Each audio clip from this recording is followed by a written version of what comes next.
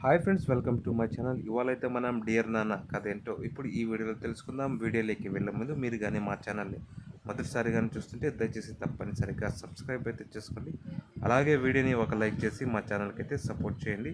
ఇక ఆలస్యం దీనికి టాపిక్లోకి అయితే వెళ్ళిపోదాం. సూర్య చెఫ్ అవ్వాలని డ్రీమ్తో సీరియస్గా జాబ్ కోసం ప్రయత్నిస్తుంటాడు. అతని నాన్న రవి మెడికల్ షాప్ రన్ చేస్తుంటాడు. అమ్మ గృహిణి.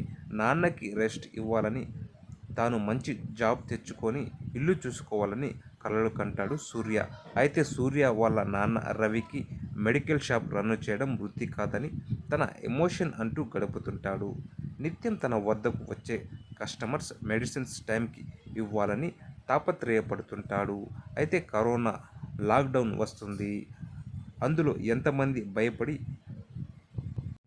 మెడికల్ షాప్స్ క్లోజ్ చేస్తారు, మరి కొంతమంది భయపడి జాబ్స్ మానేస్తారు. అయితే సూర్య వాళ్ళ నాన్న రవి మాత్రం కరోనా పేషెంట్స్కి మెడిసిన్స్ ఇవ్వడం కోసం షాప్ని రన్ చేస్తుంటాడు. అయితే ఒకరోజు సూర్య వాళ్ళ ఇంట్లో అనుకోని సంఘటన జరుగుతుంది. అందరి బాగు కోసం తాపత్రయపడే రవికి ఏం జరిగింది, సూర్య తన నాన్న డ్రీమ్ ఏంటో తెలుసుకోగలిగాడా లేదా అనేది మిగతా కథ. అయితే డియర్ నాన్న సినిమాలో సాంగ్స్, ఫైట్స్ లేకుండా దర్శకుడు ఏం చెప్పాలనుకున్నాడో అది అయితే చెప్పేశాడు.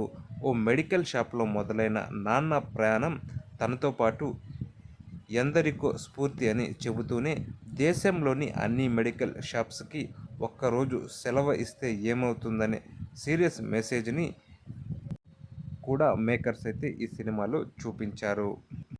ఓ మంచి ఫ్యామిలీ డ్రామా చూడాలనుకుంటే మాత్రం ఈ సినిమా చూడాల్సిందే.